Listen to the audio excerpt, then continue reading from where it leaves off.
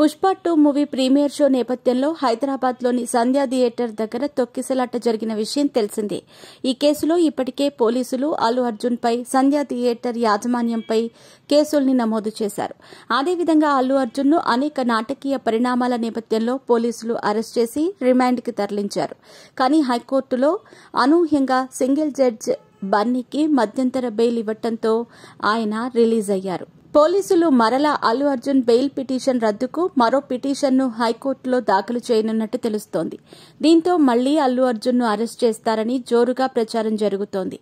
ఇప్పటికీ సంధ్యా థియేటర్ను ఎందుకు సీజ్ చేయకూడదో చెప్పాలని కూడా పోలీసులు షోకాజ్ నోటీసులు సైతం జారీ చేశారు. ఇదిలా ఉండగా ప్రస్తుతం అల్లు అర్జున్ సతీమణి మాత్రం ఈ విషయంలో చాలా ఎమోషనల్ అయ్యారట. బిజీగా గడుపుతున్న లైఫ్ లో చిన్న బ్రేక్ తీసుకుని ఎంజాయ్ చేయాలి అనుకుంటున్నారా? అయితే వెంటనే ఆర్వీ వెకేషన్స్ ప్రైవేట్ లిమిటెడ్ ని సంప్రదించండి. మరిన్ని డీటెయిల్స్ కోసం సంప్రదించండి 7997979960. గతంలో పవన్ కళ్యాణ్ తిరుమల లడ్డూ వివాదం నేపథ్యంలో ప్రాయశ్చిత్త దీక్షను చేసిన విషయం తెలిసిందే.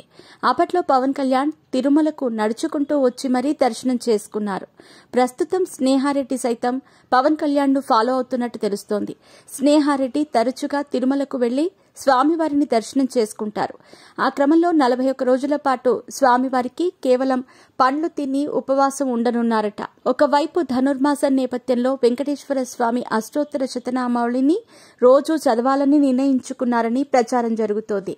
ఆ తర్వాత తిరుమలకు వెళ్లి శ్రీవారిని స్నేహారెడ్డి దర్శించుకుంటారని తెలుస్తోంది. అరెస్టు సమయంలో బెయిల్ దొరికిన తర్వాత అల్లు అర్జున్ ను హక్ చేసుకుని స్నేహారెడ్డి ఎమోషనల్ అయిన విషయం తెలిసిందే. దీంతో ప్రస్తుతం స్నేహారెడ్డి తన భర్త కోసం ఉపవాసాలు, ధనుర్మాస పారాయణం కూడా చేసేందుకు ప్లాన్ చేసుకున్నారట.